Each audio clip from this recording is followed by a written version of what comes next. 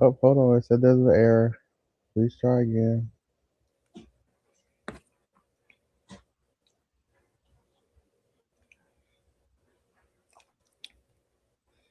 What's the studio chat? Here we Like you go. get people watching? Oh. Hi. uh, Peace to the guys. This is the Road to Discovery podcast. I am your host, Christian King Taylor, and I am honored to be joined today again with Miss Rae Can. How you doing, Miss Rae? Hello. Happy to be here. Always, always. I love these conversations so much. Likewise, it's always special just to have good conversations and just let them Mhm. flow and try to just share what we hold up all the time and the information we take in is good to just get it out, you know. Yep. See where it goes. Let it Right. flow. So today I wanted to start our conversation off. I wanted to dive into your idea and how you exactly see the world we live in and how you see it from your perspective. Just from Yeah. your personal consciousness, how do you break down everything and how do you make it work for you? Yeah. Well, I mean, we're diving right in. This kind of idea came from your original just saying like we're not damned. We're not damned. Like the world is not all is not lost, basically, is Hmm. what you were saying. And then what came up for me was just remembering that I acknowledge that everything is available right now. So I have access to really, really dark thoughts and I have access to lighter, happy thoughts. And I think that there's something happening right now. So we have the whole bad things are happening right now in this very moment. And then we also have amazing things that are happening. So it's just really what frequency we're tuned in. Um, Hmm. so when you say all is not, we're not damned, it's because I believe that we always have access to gratitude. We could always be grateful for something. We always have access to something beautiful or seeing something beautiful or accepting things as they are. So there's always a vibration of love that could come through, which Hmm. is inevitably that Reiki energy that could come through. So overall, that's my perspective and how I see the world and how I take on challenges and how I take on is through that lens of love first, and then I kind of just go from there. Mm. Do you recall when you started to kind of develop that type of point of view, or was that kind of instilled in you already?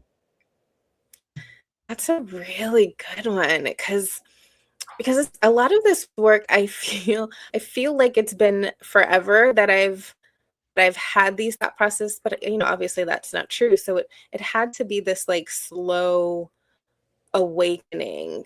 Um, what I could say for the perspective that I just shared, I study the universal laws. Hmm. I mean, I've been studying them for a good like 5 years, like very intently. I think that I was already studying them before with knowing, but I study the laws and how it works. So just as much as, there's gravity where if you drop something, it'll go down. Like there's these universal laws, the law of attraction, the law of correspondence, divine oneness. Like there's all these laws that work together, law of polarity. Um, and it helps me to see just the reality of the world. So just as I said, gravity is just, one of the the laws. So it's just how I see it. And studying it, I'm in a study group that I've been hosting for God 4 or 5 years at this point. Oh, that's And we cool. just show up and we talk about our experience and how we see the law of attraction or the law, whatever these laws that we're studying. So I think that's helpful. So I could say a good 5 years I've been really into this, but yeah. Really, that's amazing that you hold those type of meetings. Yeah. Um, when it comes to the laws, did you have a law that you got kind of pulled to first, or you got more interested in first? And if so, which one was that? Yeah, so it's law of vibration, like, and it says that, something's it's always it's always moving, there's always a vibration. So that's how the law of attraction works on this vibrational um way. And that one has intrigued me, but the one that I'm really into right now is it's law of correspondence. So the one that it's basically whatever your internal is will be your external. So Mm-hmm. I began to see that when I start really looking at like how I'm feeling internally, like what's going on if I'm sad or upset, or I have thoughts, whatever thoughts I'm having, it starts to show up in my external world. And Yeah. that's good and bad. So it's neither good or bad. It's really just observing it as it is, and then seeing it. So I'll share one with my daughter just yesterday or the other day. She had a like a play date or hangout now. Can't say play date. She had a hangout scheduled with one of her friends, and she slept in late. She slept in late, and they were supposed to come at a 10:30, and I told her that it was probably like 10, and I'm like, you have to get ready because they're gonna come. And I saw in her mind, I just saw her in her demeanor. I don't want to do this anymore. Like you could kind of tell Mm, she's like, oh my God, I committed and now I'm tired. I stayed up late. And then in the moment, the person texts and said they're going to be an hour late. And so it's little things like that where I could see yeah. where she wanted to shift it, and her internal started kind of like pushing it away almost. It still happened, but it happened an hour later. And I know that just seems like a coincidence, but I just see those things so often that I can't even call it coincidence anymore. I see how my thoughts are changing the external world around me. So yeah, one fascinates me. Yeah, it's like, and when I think back, I can recall like when I was like a child, kind of noticing a lot of these things, but not Mhm. taking them too seriously, just because I'm thinking like, oh, it's just stuff happening, you know. But it's like, I even remember when I was really young, and I think my grandmother started listening to remember the book The Secret? Yes, yeah, yeah. Yeah, and I remember when she was listening to that, and she would pick me up from like school or something, and she would listen to that on audio book in the car. And I was like, dang, I already do a lot of those things. You know, they were just Mhm. talking about you have to prepare mentally for, you have to accept something mentally before you can accept it physically, or you have to do this. And then like I realized like my confidence would change everything, and like my fear would, you know, leave me stagnant or leave me unable to do things. Like I always like to bring it back to like basketball, because I feel like that's Mhm. some of the moments when you're like the It's a most play. you're most fluid, you're most just in the moment. And I would notice that like if I'm playing against people who are, you know, who my younger brother, he was really good at basketball. So if his friends would come play, I would find myself in a certain fear where it would seem like I barely knew how to play. I barely knew what I was doing. I would dribble wrong. I would get my shot blocked all the time. But if I'm playing with people I'm familiar with, everything would change. I would make all my Yep. shots. It would be a completely different game. And And I you're the tried to same person. same thing. And I Yeah. should have all these skills. And that makes you think even about how like professionals and watching them, where it's like, yes, every single person on that court was the best person in their high school, was the best person in their city, in their neighborhood. They were probably the superstar of their area. But then you can get to Mhm. this level where everybody is elite. And some people Yeah. you'll be like, why is this guy on the court? Well, he can't even, you know, but in Mhm. actuality it's like it's all about the confidence you grow, or the confidence you hold when you're in those spaces, you As know? within, so without, basically. I am And feeling this within. I know I'm amazing. I know I'm a superstar. I know I'm so good at this. And then you start to see it. And then the moment you out, that's literally when you start like the fumbles, like you said, let's yeah, start and messing up. Things don't work out. yeah, it's like that thing with I think it's like Murphy's Law. I know they always would say like what can go wrong will go wrong. But then I had recently looked more into it, and that's not even the exact quote of what it is. It's like the possibilities that that you hold are the possibilities that can exist, or something like that. So it's all about what you can project and what you believe in and what you Yeah. know to be true. So, and I think we can also take that into like our every single day, where Yeah. it goes back into the we are not damned type of sense, where I think we in certain spaces we get projected a lot of negative things, a lot of thoughts that make us so aware of the negative that we think in a sequence of worst case scenarios a lot. Mhm. We'll I I think that you asked me, like, how long have I been doing this or seeing this perspective? I think I've always had this ability to see the silver lining in things, and that's what I used to call it, yeah, is that I used to, like, see someone that would, like, rob somebody, and I would say, "Well, they probably really needed it," or what if they're, like, helping their family? I could right. see almost, like, the positive in everything, which is not great, growing up, because then I'm just, giving people second and third and fifth, chances, but I've since then I've learned to kind of see that that's what it is, that I just have this inner perspective that, I want the best of things, but as it turns, I get the best of things because of that. Mhm, So, yeah.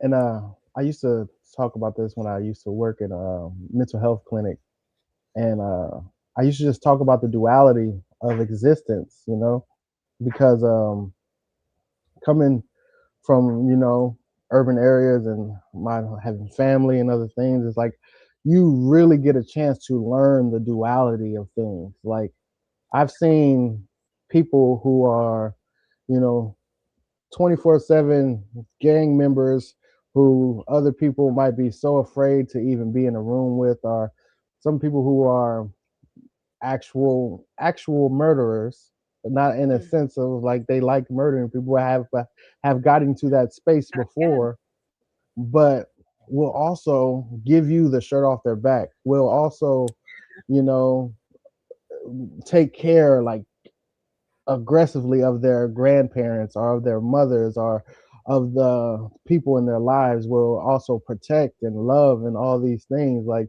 will also be probably some of the most passionate people that but we have to realize like sometimes circumstance, especially when it comes to specifically people of color, I think we have to realize that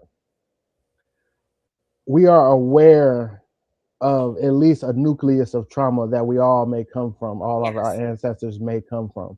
So I think that's kind of a blessing in disguise, I think, when it comes to relating with each other, because I think that Mhm. can be the reason to give people a little bit of the benefit of the doubt, or at least the knowing of why something is this way.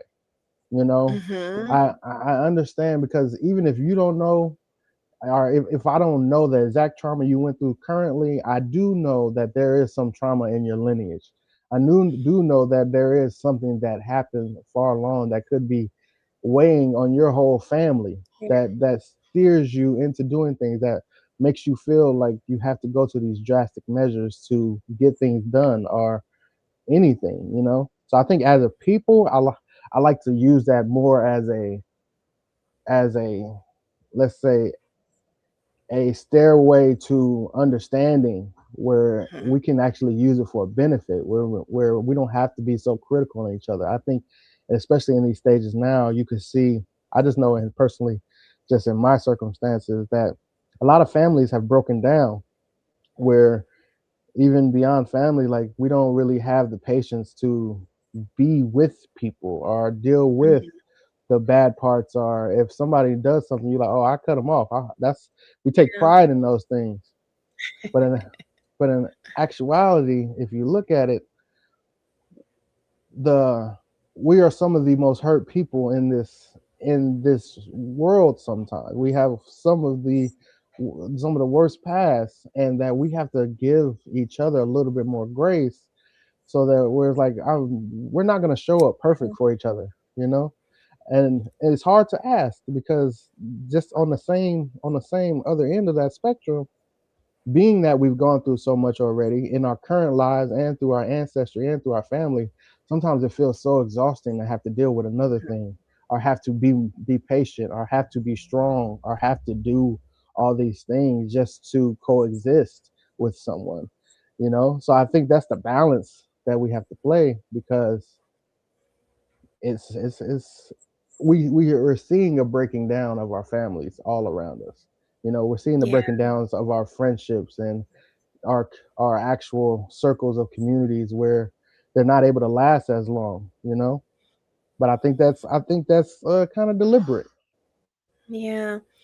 Well, there's a couple of things happening in that sequence there, and that's that, you're cutting off people because you're trying to protect your energy. You're trying Mm, to protect yourself, and that I think that's why doing the self-work is really important, because I do think it's a necessary step to protect your energy while you're doing your inner work.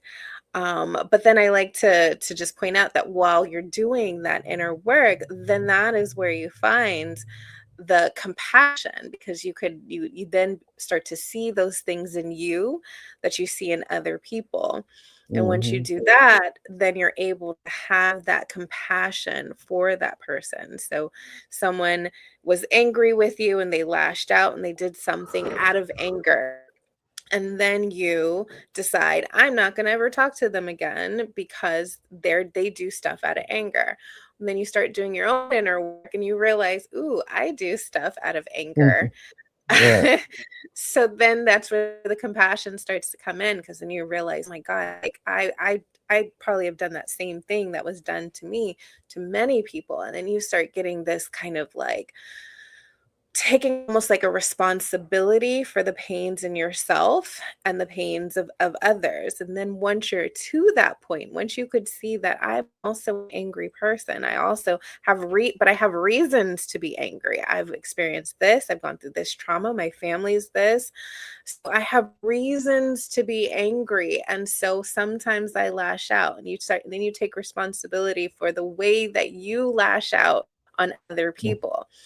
So because you can do that, you can now have compassion for the other person who once lashed out on you and you cut them off. Now you can say, okay, I see you. I see you. And although it's not okay, we can work through it, or I could see you, or there's something beyond there that happens now that when you have compassion and love for someone, where that's the whole, like, just not letting things get to you, because you have an understanding and awareness mhm. of how deep this pain actually goes. Yeah, and I think you're stepping on something that I think is crucial. What's your definition of unconditional love, and how does that present itself Unconditional in your love. life? Yeah. I think it's just looking through the lens of love. So looking through the lens of compassion, the lens of kindness. I think unconditional love is seeing it through that lens, through the lens of God, through the lens of how what would Jesus do? What would God do? Like, through that lens is unconditional love. And I think it shows up differently with everybody. I think that there's circumstantial, there's different ways to look at situations, because I think there's also a responsibility for unconditional love to yourself, you know, first, and then others. But it's all a one that happens there. So yeah, I think it's compassion. I think it's ultimately a frequency that gives peace. So if we look at it from that perspective, it's a peaceful frequency. Hmm. Yeah. I'm wondering, and you can let me know if it's going too deep or too personal. But what was the Thank you. role like?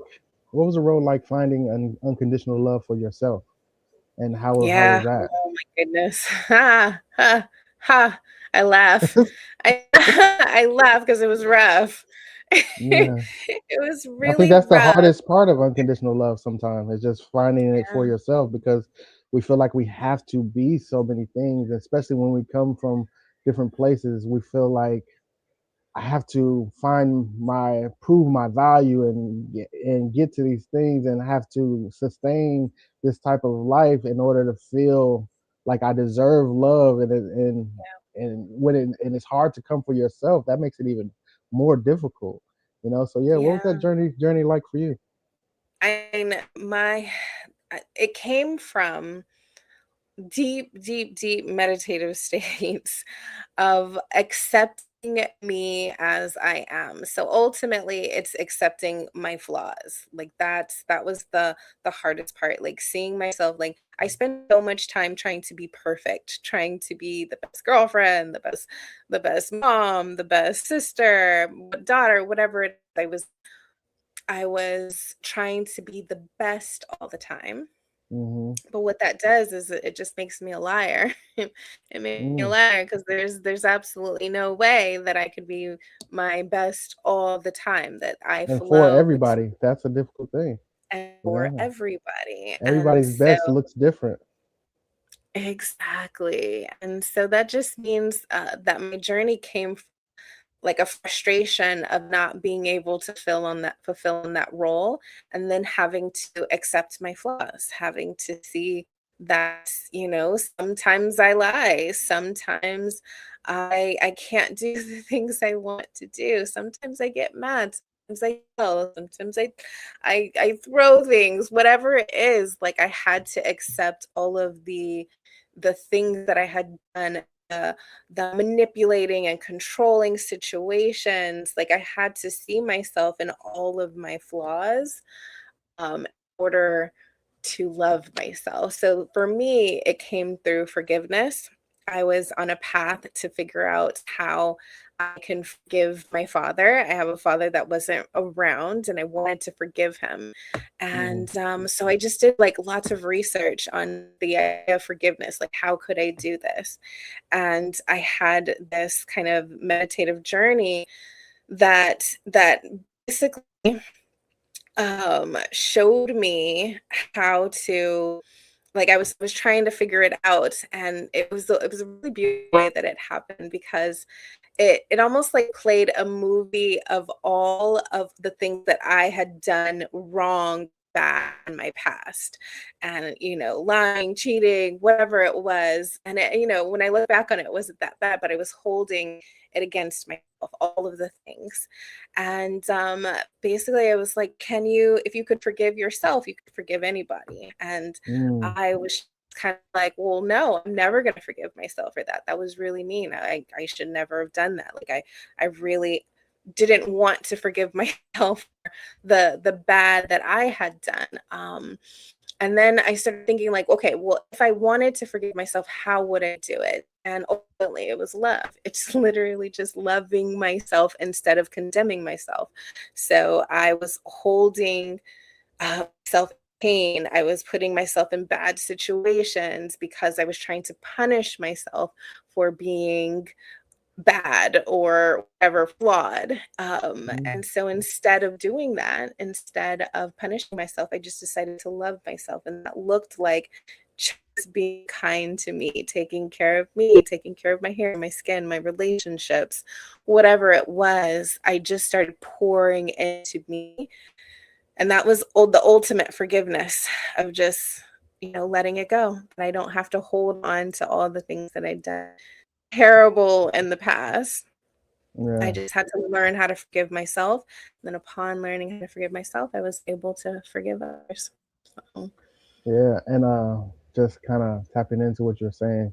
I just know from just personal experience and the people around me who, some people who don't have those certain parent figures in their life, or they feel kind of abandoned by our parents and the people that are supposed to love us. Sometimes that's the hardest place to find forgiveness, because for one, you don't necessarily even know this person enough to build enough information to start to grow some empathy, and then you want to value yourself and be like, well, why didn't they want to be around me? Why wasn't this? And then you start to kind of project who you are upon these people, because they will say, well, I wouldn't do this and I wouldn't do that. So if somebody could do this, then that's got to be the worst thing ever, and things like that. So how was that journey of specifically finding that forgiveness, with your father and those things? Because I know that's sometimes the toughest thing.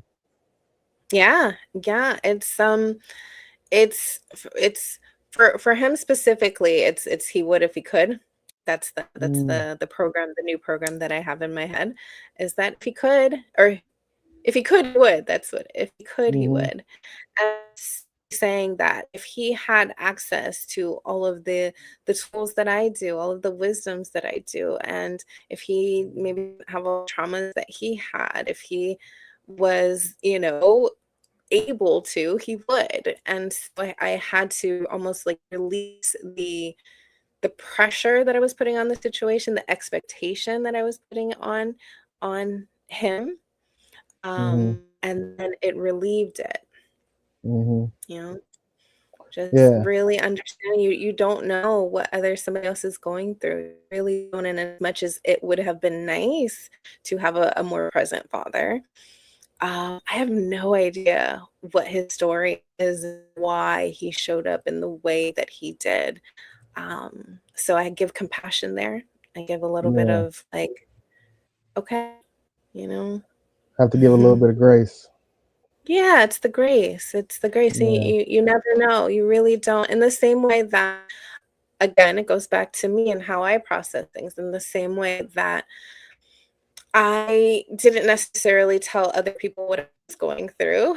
So Mm-hmm. people don't know, like my friends don't actually know when I was maybe not showing up in relationships, or when I was doing, I say bad because to me that was my lens. Like I'm doing mean or bad things. Like it's all reasons. I don't People don't just wake up and, you know, Yeah, yeah. It's be all one comes way from somewhere. Nothing just comes out of nowhere. somewhere. Yeah. Yeah. I know with me personally, just because growing up, I had a lot of like frustration with my dad, who was there and who was present. Like he would pick us up from school. I'd be with him every other weekend to be with my brothers and sisters. But also he worked nights, so he was probably asleep the majority of the time. And I had a different experience with him, so I always felt like things were different with me other than from my siblings, and Mm-hmm. I didn't really start really actually having actual forgiveness and understanding until I start seeing myself in him. So I Mm-hmm. till I start seeing, like, what do I do when I feel like things are difficult? What do I do when I feel like, I'm overwhelmed or I have these things? And it's like it doesn't come from a malicious place. Not at all. It just comes from that's the place of my understanding and what I'm capable of. And then when I stopped really blaming him and stopped putting all these expectations of, like, dads I see on TV or dads Mhm. I see from other people, then I start really appreciating. And then also I start to look at the people around me who didn't have father figures, who didn't have dads in their life, and It's the also ground. seeing how important his presence was and how it shaped a lot of my ideas and a lot of how I move and a lot of pride I have in myself. It Mhm. started to I started to really understand the importance of loving him and just understanding, like, he's just human. All Yeah. these people are just humans. And I think a lot of times, in our society, we have movies, we have all these things where we try to paint like this villain role of people, like it's not a duality of things, like there's not reasons of all this stuff, because I think that makes it easier to give excuses for your anger, or give excuses for your emotions, and actually take away some of the responsibility we have over ourselves. It Yeah. makes it so much easier if you just like, oh, well, they don't like me and they hate me, so this is how I have to react, and this is why I don't give a damn. I don't give a fuck about this and this. But just like you were saying earlier, that self awareness, all that self work, it Yep. really reflects in everything. You know. Yeah. We can also say, like, bringing it back to the laws, there's the law of cause and effect, and that's like that there's a cause to every effect. So the effect right now is I love myself so much. Like I am definitely deep into the self-love, and I know my worth and all those things, but the effect of that was going through all this with my father. Like the effect, it's almost like his character I needed to be able to get here, or I could be grateful that I had that experience and I am here now. So it's also Mm, looking at things like that, that there's a cause and effect to everything. mm, It could have been another way, yes, but this is the way of my personal path that I could mm. So that's accept why I'm it. also wondering, how's that process of balancing? Because one, where you have the idea and understanding that what we reflect on the inside projects on the outside, and that's how our existence is built and everything. You can believe in that so much that you can grow into this like main character syndrome, where you feel like you're the center of everything, but Mhm. also having the balance of being aware that everybody else has that also, Yes. and that they're going through those the same exact thing, and giving grace for everybody else's thing. And how do you balance that? That's a great. I love that one just because I see. I for me, I just think it starts with self. I think it might look selfish, but it starts with self in that you have to know yourself well enough to be able to contribute to the world, right? So if you are walking unconscious, then your contribution to the world is unconsciousness. Mm, So then you're making unconscious actions, and you're contributing to just the masses with this unconsciousness. I'm suggesting that if you focus on yourself and become a little bit selfish for a little while, you can learn yourself enough to be more conscious of how you want to contribute to the world. So at the mm-hmm, end of the day, that's the greatest help for the world, for your communities, for everybody, for your family, because you're consciously making decisions on how you want to show up in the world. mm.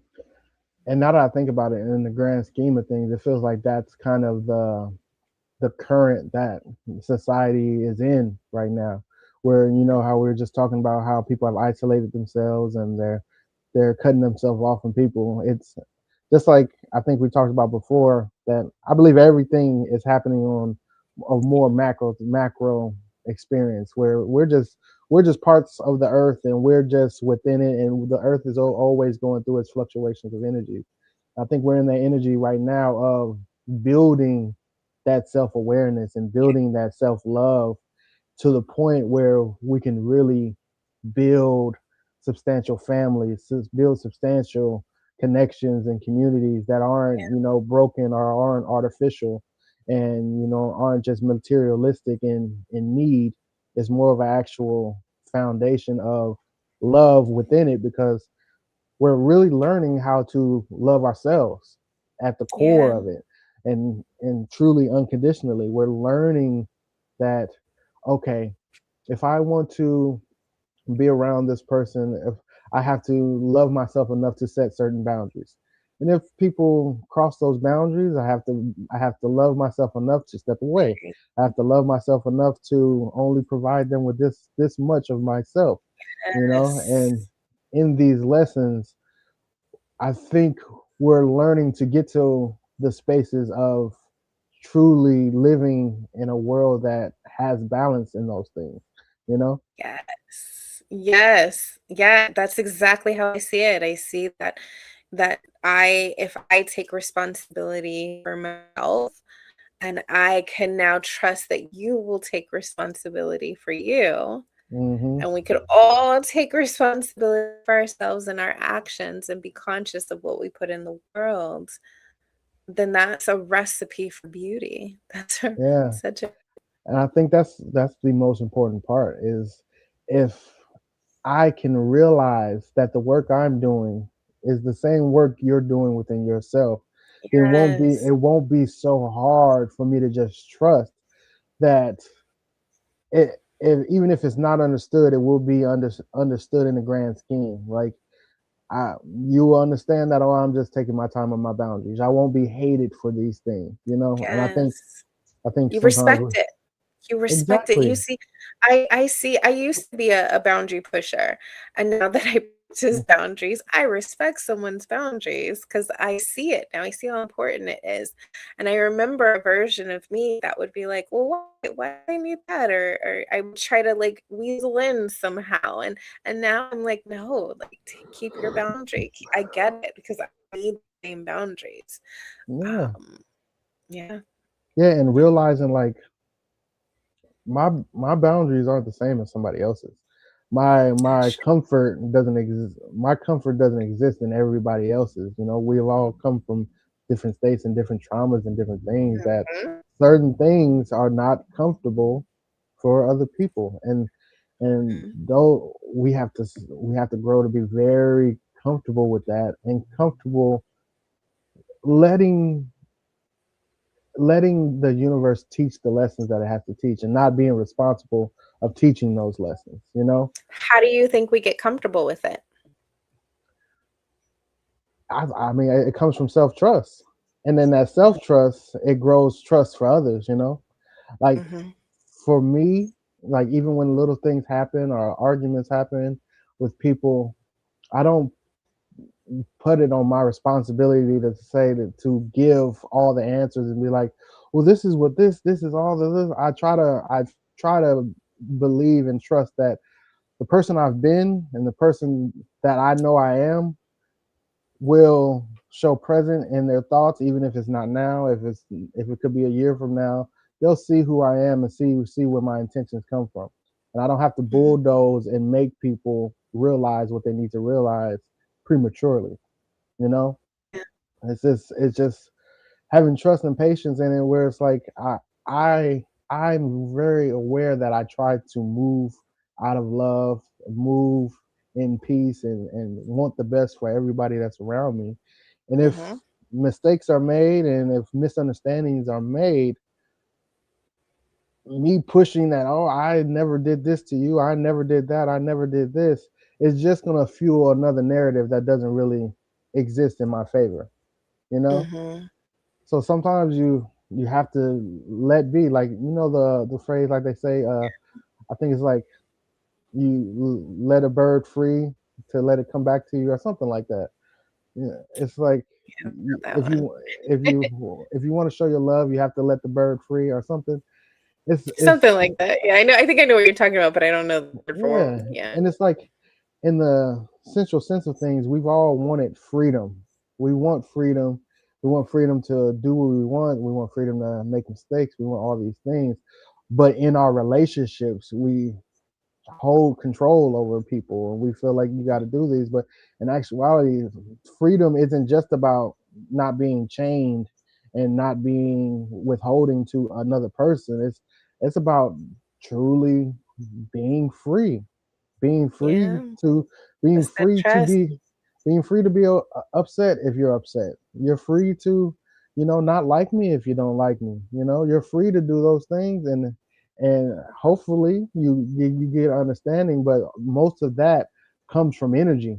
Most of that comes from self discovery, and you know, also community awareness and the other people's train of growth and their journey they're going on. You know, the more we try to force people to be within the box we're creating, we're doing no better than how we like to say that we're oppressed by systems and governments and slave There masters we and go. all these other things. It's no better, you know?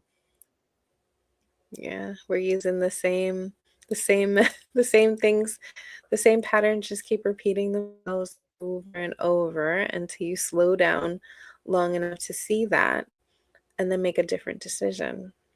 Yeah, I think I think it's just as simple as that. Just as yeah, simple as seeing the flaw, seeing what you don't want and choosing different. And then because this is why in our last conversation, you know, we were talking about the world and how easy it is and how I just keep staying on my path. You know, I think a lot of things distract, but if you just stay on the path and if you stay on, you know, what I know I'm here for, to spread this yeah, love, then I don't get distracted. Hmm. yeah. And also, we were just talking about how we have to give other people grace and things like that. We have to give ourselves a lot of grace also. Where it's like See? sometimes we're gonna get distracted, you know. Sometimes we're gonna want to watch a ratchet TV show, you know. Hmm. Sometimes we're gonna be entertained by things that aren't really serving us. We have to realize a lot of the the things that have been placed upon us, a lot of the stuff that's been given to us. We're not just gonna break those things Yeah, instantly and become a completely different person. That no. growth is growth. Like I know sometimes we look and we'll see like our nephew and we're like, oh, last time I saw you, you was this tall, and now you're this tall. But for him to get that tall, it was every single step of it. It wasn't just like this, you know. Yeah. When so we have to And truly, all of that is truly, happening internally now. Like, we can't necessarily see all the physical things are happening, but our perspectives are changing all the time, you know? yeah. The way we I see think the world changes. yeah, and I think previously we've been taught to be so goal oriented that that was the formula for success, like planning the goal, picking the strategy and going full force to the goal. What when in Mhm. actuality that's not, there is no finish line in this life. You know, Mhm. it's all a journey. And Yeah. if we don't realize that it's just every step is a journey, we'll realize it's a lot like that parable with the tortoise and the hare. Mhm. You know how the hare is running fast and going and just focused on doing this and it gets distracted in these things, but the tortoise just stays consistent, keeps moving at his pace. He's able to realize what's around him and actually be in the moment of every single step of the race. It's that's the point of it. We don't have to race. We don't have to be in this proverbial just rat race all the time. When in Mhm. actuality, if we are always looking at the goal, you'll never see the beauty that's around you, and that's why I think a lot of people get stuck in today, and it's not even their fault. That's what we're taught. We're taught to Yeah. get stuck in this idea because we feel like that's how we succeed. That's how we get to the promised land. That's how we get to, the get to being comfortable. But it's about finding that in the moment now and creating that Yeah. in I your mean, space. if it's working for them, then let it be. Like, that Yeah. compassion. If it's working, if they feel like this is something that is working and they're happy in this and they found peace, that's typically not the case, but that's kind of, you know, if it's working. Yeah, but it's all somebody else's personal journey to find out really Exactly. what That's working it. means. What Yep. does working really mean? What is peace? What is happiness really to you? Because I can Hmm. tell you what my peace is and what happiness means to me, but that doesn't mean that's the same for you. Exactly. Maybe your piece is at this moment in your life right now being extremely busy and being Hmm. extremely this and that and that and that's there's nothing wrong with that, you know.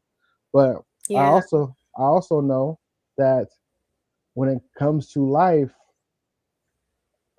running and hustling and always pushing, it's exhausting, and it also pulls away from the love you can share with the people around you.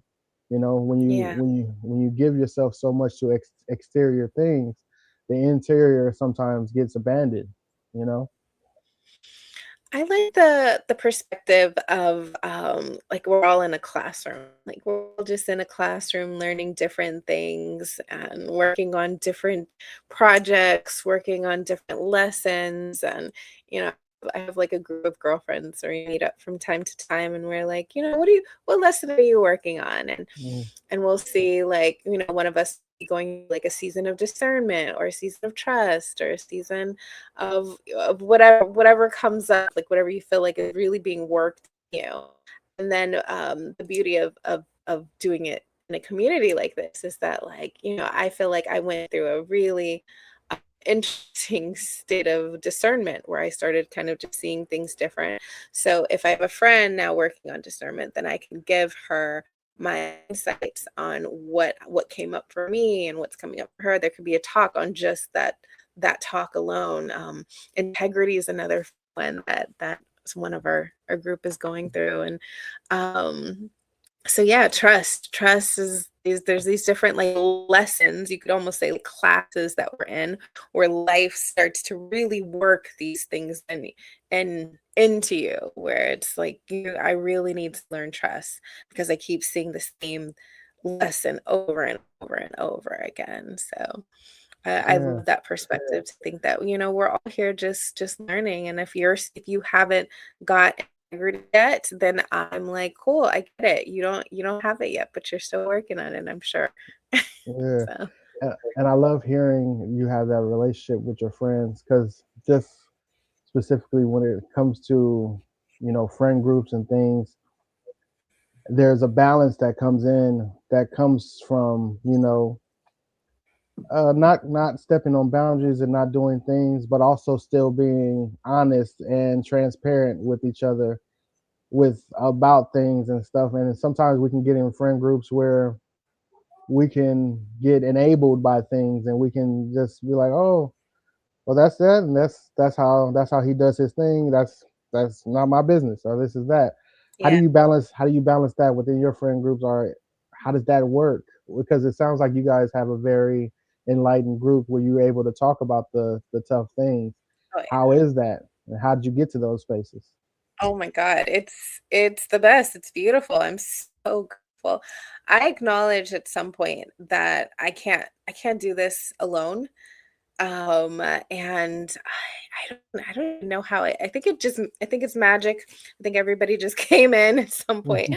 No, I feel like one by one, I just started doing the inner, yeah, there we go. The inner work started happening within me, and then I started attracting people with these same perspectives. So very similar to how you and I met. Like, we have similar perspectives. We could have a lot of these deeper conversations that a lot of other people can't. And so I just started attracting more people in my world where I could start having these conversations. And then on this, it just got deeper and deeper. And then I brought everybody in the fold. I'm really big on community. It's so much more helpful when you could hear how somebody else is moving through similar things. Um, so how it works is it just is working, I guess. It's just Hmm. that it's law of attraction. There we go. It's attraction. This is what I wanted. I wanted a team of people around me that can help this work for these harder things, especially with the type of work that I do. Um, Hmm. being a hypnotherapist and helping people through these things, I also need a strong support. So just as I am other people's strong support, I need that too. So I have to have an umbrella of an amazing community to help me through as well. Hmm. Yeah, and that's beautiful. That's I think that that's amazing to have, and it's also a beautiful thing to believe in and know that is possible. Oh, it's Because definitely possible. Like, let me radiate that right now, and I want everybody to know it's possible they could start building it, because that's how the change is made, that I'm making the change in myself. And the key to this, though, and this is what people don't like, is vulnerability. Mm, You gotta be mm, vulnerable. You gotta be open and honest. You gotta mm, see yourself as you are, and see people as they are, accept them as they are. And yeah, that's the rough, but that's the yeah, key to building a strong community. yeah. And just like you were saying a second ago, like you've built like a team, and we have to Yeah, a team. realize on these teams, everybody has a different perspective and a different role on these teams. And it doesn't have to be like how you look at, let's say, the Lakers or something, where you got to have a certain superstar or this. In these teams, we all have the benefits of being special in our certain spaces. You know, Yeah. we can have somebody that can sit and be patient. We can have somebody that can be active and be ready to make movements. We have somebody that's organized and does this and does that.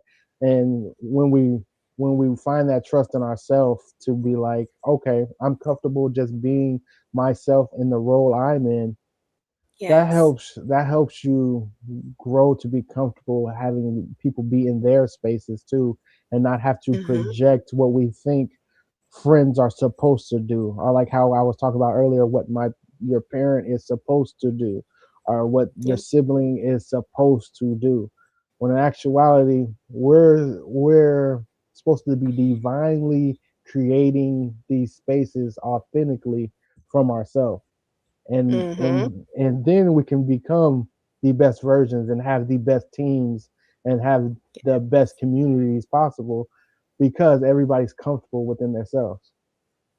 Yep. And then, but then for a friend group, though, I think that there's a core of just love. There's a core of Mm, love and accepting people as they are. I know that I am as strong as I am because I have so much unconditional love, like people that just love me, that know all my flaws, know all my crazy, know all my my inner crazy thoughts, and they still love me. And that was part of my path to self-love, is really looking at my friends and being like, how is it that you could know all this about me and still love me? Like, what is yeah, it? Like, I almost had to learn to love myself in the way that they love me. Like, I don't even yeah, get you guys. Why am I still here? yeah. So I think that's a good note just for anybody who might be in the space where they might not feel like they have those type of groups. You're probably in the space where you're learning to love yourself enough to be Yeah. loved by a community, and just to be 'Cause patient you and can't give see yourself it. grace. Yeah. Yeah. You won't be able to see it until you know how to love. Like, you can't see, I could not see how much love I had already until I Mm, learned how to love myself. Like, it's almost like I wasn't even attuned to that frequency, like, I didn't get it. Um, mhm. yeah, because I Yeah. had, if you can't see it in yourself, you can't see it in others. Yeah. So, And then also we also have the reality of knowing that society has taught us to sometimes be the victim, and that we to learn to have power in being the victim, and like to, trauma build and do all those things. And so that is not exactly our fault that a lot of this is placed upon us, where we want to be like, well, this has happened to me, and this is this, and this is this. That's sometimes what you need to make yourself feel important at the moment.